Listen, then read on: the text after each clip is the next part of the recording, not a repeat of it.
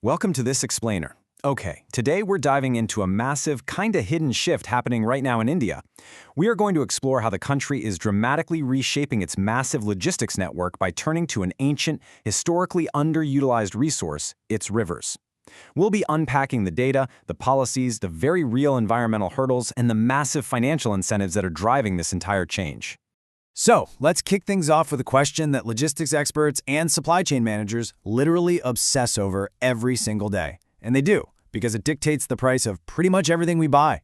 What is the absolute cheapest, most efficient way to move 4,000 kilograms of cargo across a country? When you're dealing with millions of tons of goods, finding the right answer to this question can make or break an entire economy. And honestly, the answer is almost absurd when you look at the raw numbers. Think about it. A single unit of horsepower moves just 150 kilograms of freight on a truck driving down a highway. But that exact same unit of horsepower, it can move a staggering 4,000 kilograms on water. To put that into perspective, 1 liter of fuel carries 24 tons of freight for 1 kilometer by road, but 105 tons by water. All of this, by the way, while cutting carbon dioxide emissions by nearly 50% compared to trucks. The physics of water transport are just incredibly advantageous. Section 1. India's Hidden Water Highways. Now, despite those incredible physics we just talked about, India has historically just kind of ignored its rivers as a primary means of commercial transport. This neglect has fed into a sprawling economic challenge where logistics costs eat up roughly 13 to 14% of the entire national GDP. To give you some context, that is significantly higher than the global average of about 8%. The hard math behind that neglect was actually laid out in a recent Parliamentary Committee report on transport. Moving a ton of cargo over a kilometer costs 250 rupees by road and 136 rupees by rail. But inland water transport is undeniably the cheapest option at just 1.06 rupees per ton kilometer. When you multiply those savings across billions of tons of cargo, the economic potential is absolutely massive. Yet here is the paradox. India is blessed with this massive 20,236-kilometer network of navigable rivers, canals, backwaters, and creeks. But despite being the absolute cheapest route, water transport currently makes up a meager 2% of the country's transport modal mix.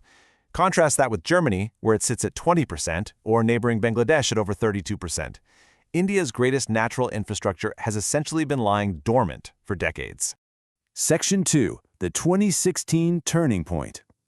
So, how do you wake up a dormant giant? Well, it officially began when the government decided to completely redraw the transportation map with the National Waterways Act of 2016.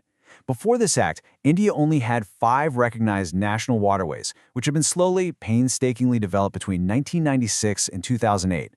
But in one massive legislative sweep, the government identified and added 106 new routes. Literally overnight, the recognized network length expanded from around 4,300 kilometers to over 20,000 kilometers. And the craziest part? This legislative boom actually worked. By formally designating these routes and getting operational work underway, the sector saw a jaw-dropping 700% increase in cargo volumes over the last decade. We are talking about a massive jump from around 18 million metric tons in 2013 to nearly 133 million metric tons in 2024. Plus, there is serious, massive capital flowing in to back this up. For instance, active World Bank disbursements for the Jal Marg Vikas Project, which is a major infrastructure upgrade on the Ganga, show that nearly 60% of a $294 million loan has already been dispersed. This money is actively building multimodal terminals, navigation locks, and community jetties. It proves that real capital is flowing into making these rivers viable for heavy industry. Section 3. Roadblocks on the Rimmer. But, you can't just draw a line on a map and declare a river open for business. Out of those 111 declared waterways, 63 are still completely dormant today. Why? Well, a parliamentary committee report revealed some incredible friction points. Imagine declaring 111 waterways, but the Inland Waterways Authority only having the sanctioned manpower to manage 3 of them. Just 3! Add to that the natural challenges.